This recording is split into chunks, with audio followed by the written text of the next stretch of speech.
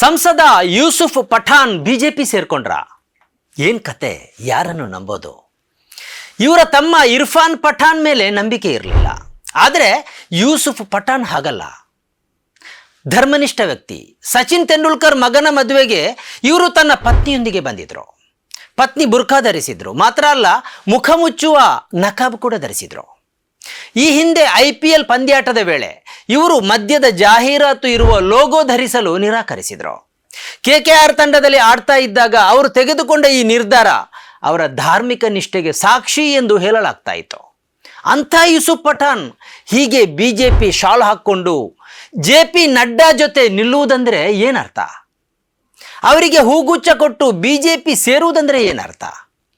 ಹೀಗಾದರೆ ಯಾರನ್ನು ನಂಬೋದು? ಇವರ ಧರ್ಮನಿಷ್ಠೆ, ಮಾತು, ಕತೆ, ನಡವಳಿಕೆ ಈ ಎಲ್ಲವೂ ಬರೇ ತೋರಿಕೆಯ? ಇವರಿಗೂ ಸಿದ್ಧಾಂತಕ್ಕೂ ಸಂಬಂಧವೇ ಇಲ್ವಾ? ರಾಜಕೀಯ ಲಾಭಕ್ಕಾಗಿ ಯಾರಿಗೆ ಬೇಕಾದರೂ ದ್ರೋಹ ಮಾಡಬಹುದಾ? ಈ ಎಲ್ಲ ಪ್ರಶ್ನೆಗೆ ಕಾರಣ ಇದೊಂದು ಫೋಟೋ. ಆದರೆ ಈ ಫೋಟೋ ನಿಜ ಅಲ್ಲ, ನಕಲಿ, AI ಜನರೇಟೆಡ್. ವೀಕ್ಷಕರೇ, ಇದು ಎಡಿಟರ್ಸ್ ಪಿಕ್. ಆದರೆ ಈ ಫೋಟೋ ಹಂಚಿಕೆ ಆಗೋದಕ್ಕೆ ಒಂದು ಕಾರಣ ಇದೆ. ಕ್ರಿಕೆಟ್ಗೆ ಮಾತ್ರ ಸೀಮಿತ ಆಗಿದ್ದ ಮತ್ತು ರಾಜಕೀಯದ ಗಂಧ ಗಾಳಿಯೂ ಇಲ್ಲದ ಯೂಸುಫ್ ಪಠಾಣ್ ಅವರನ್ನು ರಾಜಕೀಯಕ್ಕೆ ಎಳೆತಂದದ್ದು ಮಮತಾ ಬ್ಯಾನರ್ಜಿ. 2024ರ ಲೋಕಸಭಾ ಚುನಾವಣೆಯಲ್ಲಿ ಅವರು ಗುಜರಾತಿನ ಈ ಕ್ರಿಕೆಟಿಗನನ್ನು ಪಶ್ಚಿಮ ಬಂಗಾಳಕ್ಕೆ ಕರ್ಕೊಂಡು ಬಂದರು. ಕಾಂಗ್ರೆಸ್ಸಿನ ಅತಿರಥ ನಾಯಕ ಎಂದು ಗುರುತಿಸಿಕೊಂಡಿದ್ದ ಅಧೀರ್ ರಂಜನ್ ಚೌಧರಿ ವಿರುದ್ಧ ಚುನಾವಣಾ ಕಣಕ್ಕೆ ಇಳಿಸಿದರು, ಗೆಲ್ಲಿಸಿದರು. ಅಂಥ ಯೂಸುಫ್ ಪಠಾಣ್ ಇದೀಗ ಮಮತಾ ಬ್ಯಾನರ್ಜಿಗೆ ದ್ರೋಹ ಎಸಗಿದ್ದಾರೆ. TMCಯ ಬಂಡಾಯ 20 ಮಂದಿ ಸಂಸದರಲ್ಲಿ ಇವರು ಒಬ್ಬರಾಗಿದ್ದಾರೆ. ತ್ರಿಪುರಾದ NCP ಪಕ್ಷವನ್ನು ಸೇರಿಕೊಂಡ TMC ಬಂಡಾಯ ಸಂಸದರಲ್ಲಿ ಇವರು ಸೇರ್ಕೊಂಡಿದ್ದಾರೆ. ಈ ಬಂಡಾಯ ಗುಂಪಿನಲ್ಲಿ ಯೂಸುಫ್ ಪಠಾಣ್ ಅವರನ್ನು ನೋಡಿದ ಅನೇಕರಿಗೆ ಅಚ್ಚರಿಯಾಗಿದೆ. ಅವರಿಗೆ ರಾಜಕೀಯ ಅಸ್ತಿತ್ವ ಕೊಟ್ಟದ್ದೇ ಮಮತಾ ಬ್ಯಾನರ್ಜಿ.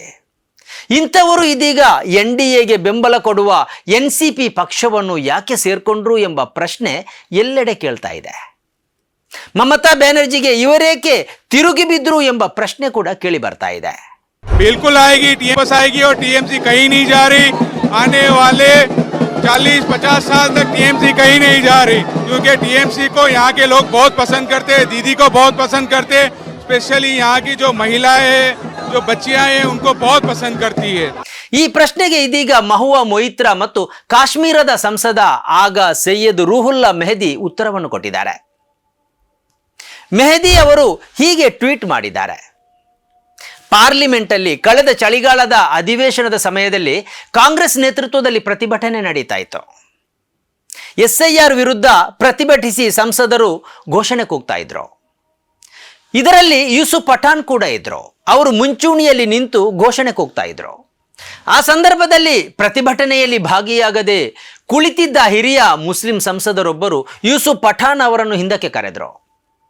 ಯೂಸುಫ್ ಪಠಾಣ್ ಘೋಷಣೆ ಕೂಗುವುದನ್ನು ನಿಲ್ಲಿಸಿ ತನ್ನ ಸ್ಥಾನಕ್ಕೆ ಮರಳಿದ್ರು. ಅವರ ಮುಖ ವಿವರ್ಣವಾಗಿತ್ತು. ಆ ಸಂಸದ ಹೊರಟು ಹೋದ ಮೇಲೆ ನಾನು ಯೂಸುಫ್ ಪಠಾಣ್ ಅವರ ಬಳಿಗೆ ಹೋದೆ. ಏನಾಯಿತು ಎಂದು ಪ್ರಶ್ನಿಸಿದೆ. ಆಗ ಯೂಸುಫ್ ಪಠಾಣ್ ನನ್ನಲ್ಲಿ ಹೇಳಿದರು, ಈಗ ಹೊರಟು ಹೋದ್ರಲ್ಲ ಹಿರಿಯ ಸಂಸದ, ಅವರು ನನ್ನಲ್ಲಿ ಹೇಳಿದರು, ನಿನಗೆ BJP ಏನು ತೊಂದರೆ ಮಾಡಿದೆ?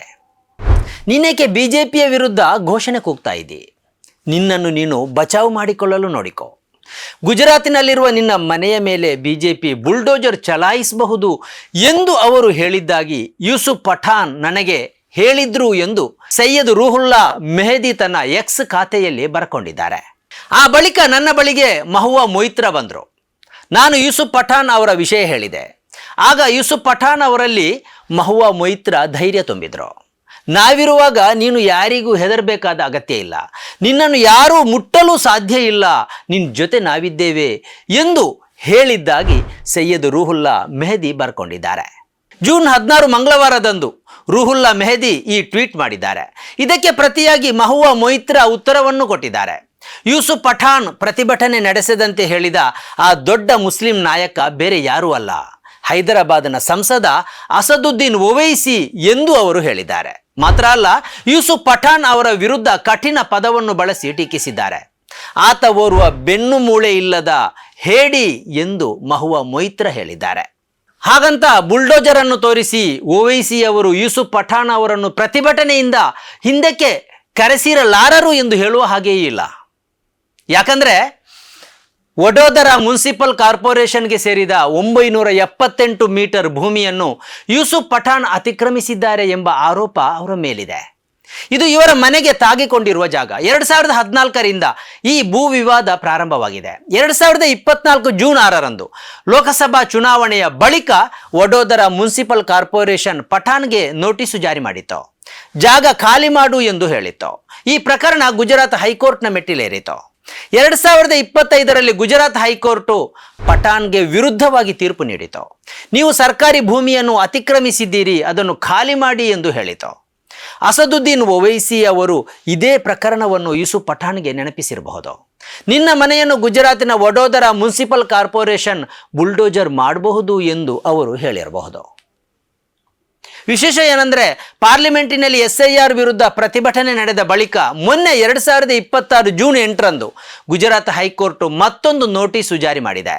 ನೀವು ಕಾನೂನಿಗಿಂತ ಮೇಲಲ್ಲ ಎಂದು ಯೂಸುಫ್ ಪಠಾಣ್ಗೆ ಖಾರವಾಗಿ ಹೇಳಿದೆ. 4 ವಾರಗಳಲ್ಲಿ ಅತಿಕ್ರಮಿತ ಭೂಮಿಯನ್ನು ತೆರವುಗೊಳಿಸಿ ಎಂದು ಖಡಕ್ಕಾಗಿ ಹೇಳಿದೆ. ಇಲ್ಲದಿದ್ದರೆ ದಂಡವನ್ನು ಪಾವತಿಸಬೇಕಾಗುತ್ತದೆ ಎಂದು ಅದು ಹೇಳಿದೆ. ಅಂತೂ ಯೂಸುಫ್ ಪಠಾಣ್ ಅವರು TMC ಬಂಡಾಯ ಗುಂಪನ್ನು ಸೇರಿಕೊಂಡದ್ದು ಮತ್ತು NDAಗೆ ಬೆಂಬಲ ನೀಡಲು ಸಿದ್ಧವಾದದ್ದನ್ನು ಮುಸ್ಲಿಂ ಸಮುದಾಯ ಜೀರ್ಣಿಸಿಕೊಳ್ಳಲು ಕಷ್ಟಪಡ್ತಾ ಇದೆ. BJP ಬೆಂಬಲಿಗರ ಪಟ್ಟಿಯಲ್ಲಿ ಯೂಸುಫ್ ಪಠಾಣ್ ಇರುವುದನ್ನು ಮುಸ್ಲಿಂ ಸಮುದಾಯದ ದೊಡ್ಡದೊಂದು ಗುಂಪು ಒಪ್ಪಿಕೊಳ್ತಾ ಇಲ್ಲ. ಆ ವ್ಯಕ್ತಿಯ ಧರ್ಮನಿಷ್ಠೆ, ಮದ್ಯ ವಿರೋಧಿ ನಿಲುವು ಇತ್ಯಾದಿಗಳು ನಕಲಿಯಾ ಎಂಬ ಪ್ರಶ್ನೆಯನ್ನು ಇದೀಗ ಕೇಳಲಾಗ್ತಾ ಇದೆ. ಹಾಗಂತ ಧರ್ಮನಿಷ್ಠೆ ಇದ್ದವರು BJP ಸೇರಬಾರದಾ ಎಂಬ ಕೌಂಟರ್ ಪ್ರಶ್ನೆಯೂ ಇದೆ. ಮುಸ್ಲಿಂ ವಿರೋಧಿ ಧೋರಣೆಯನ್ನು BJP ಹೊಂದಿದೆ. ಆದ್ದರಿಂದ ಧರ್ಮನಿಷ್ಠೆ ಇದ್ದವರು ಆ ಪಕ್ಷಕ್ಕೆ ಬೆಂಬಲ ಸಾರುವುದು ಅಥವಾ ಸೇರುವುದಕ್ಕೆ ಸಾಧ್ಯವೇ ಇಲ್ಲ ಎಂಬ ವಾದ ಅನೇಕರದ್ದು. ಆದರೆ ಯೂಸುಫ್ ಪಠಾಣ್ ಅವರ ವರ್ತನೆ ಸದ್ಯ ಇಂಥ ವಾದಗಳನ್ನು ಸುಳ್ಳು ಮಾಡಿದೆ. ರಾಜಕಾರಣಿಗಳಲ್ಲಿ ನಂಬಿಕೆ ಇಡಬಾರ್ದು. ಅವರ ಧರ್ಮನಿಷ್ಠೆ, ಗಡ್ಡ, ಮಾತು, ವರ್ತನೆ ಇತ್ಯಾದಿಗಳನ್ನು ನೋಡಿ ಅವರ ಬಗ್ಗೆ ನಿರ್ಧಾರಕ್ಕೆ ಬರಬಾರದು ಎಂಬ ಅಭಿಪ್ರಾಯ ವ್ಯಕ್ತವಾಗ್ತಾ ಇದೆ. ನಿಮ್ಮ ಬೆಂಬಲದಿಂದಲೇ ನಾವು ಈ ಹಂತಕ್ಕೆ ಬೆಳೆದಿದ್ದೇವೆ. ನಮಗೆ ಇನ್ನಷ್ಟು ಬೆಳಿಬೇಕಾಗಿದೆ, ಇನ್ನಷ್ಟು ಸತ್ಯ ಸುದ್ದಿಯನ್ನು ನಿಮ್ಮ ಜೊತೆ ಹಂಚಿಕೊಳ್ಳಬೇಕಾಗಿದೆ. ಆದ್ದರಿಂದ ಸನ್ಮಾರ್ಗ ನ್ಯೂಸ್ ಚಾನೆಲನ್ನು ಸಬ್ಸ್ಕ್ರೈಬ್ ಮಾಡುವ ಮೂಲಕ ಮತ್ತು ಸನ್ಮಾರ್ಗ ನ್ಯೂಸ್ ಚಾನೆಲ್ನ ಎಲ್ಲ ಕಾರ್ಯಕ್ರಮವನ್ನು ನಿಮ್ಮವರು, ನಿಮ್ಮ ಕುಟುಂಬಿಕರು ಮತ್ತು ಗೆಳೆಯರೊಂದಿಗೆ ಹಂಚಿಕೊಂಡು ಅವರಲ್ಲೂ ಸಬ್ಸ್ಕ್ರೈಬ್ ಮಾಡುವಂತೆ ವಿನಂತಿಸುವ ಮೂಲಕ ನಮ್ಮನ್ನು ಬೆಂಬಲಿಸಿ.